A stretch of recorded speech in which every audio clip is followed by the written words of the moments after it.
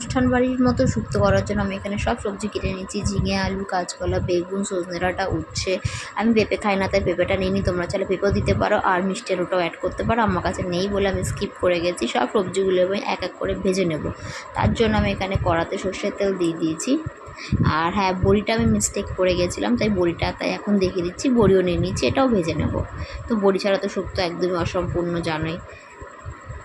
এক এক করে সব সবজি এখানে আমি ভেজে নিয়েছি, সজনে ডাঁটাটা বাদে। আর এখানে আমি আদা, সর্ষে আর রাঁধুনি দিয়ে একটা পেস্ট করে নিয়েছি। আর এখানে একটা ভাজা মশলা করে নিয়েছি, মৌরি আর রাঁধুনি শুকনো কড়াতে নেড়ে গুঁড়ো করে নিয়েছি। এখানে কড়াই সর্ষের তেল দিয়ে দিয়েছি। এখানে ফোড়নে আমি দিয়ে দেবো 5 ফোড়ন, শুকনো লঙ্কা, তেজপাতা দেবো। সজনে ডাঁটা সমেত সব ভাজা মশলাগুলো দেবো।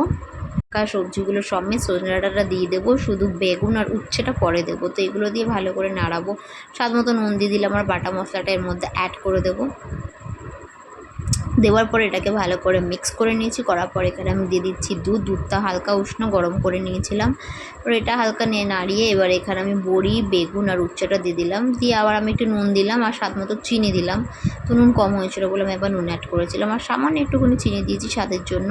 এবার এখানে ভালো করে নাড়িয়ে জল দিয়ে দিলাম। জল দিয়ে এবার আমি ঢেকে দেবো, ঢেকে এটা ফুটতে দেবো।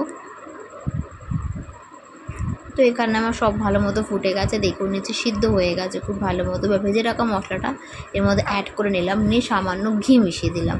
তো ঘি দেওয়ার পর এখানে আমার শুক্তো হয়ে গেছে রেডি। রেসিপিটা যদি ভালো লেগে থাকে একটা করে লাইক করে দিও আর কমেন্ট করে জানাবে তোমাদের কেমন লাগলো। টাটা।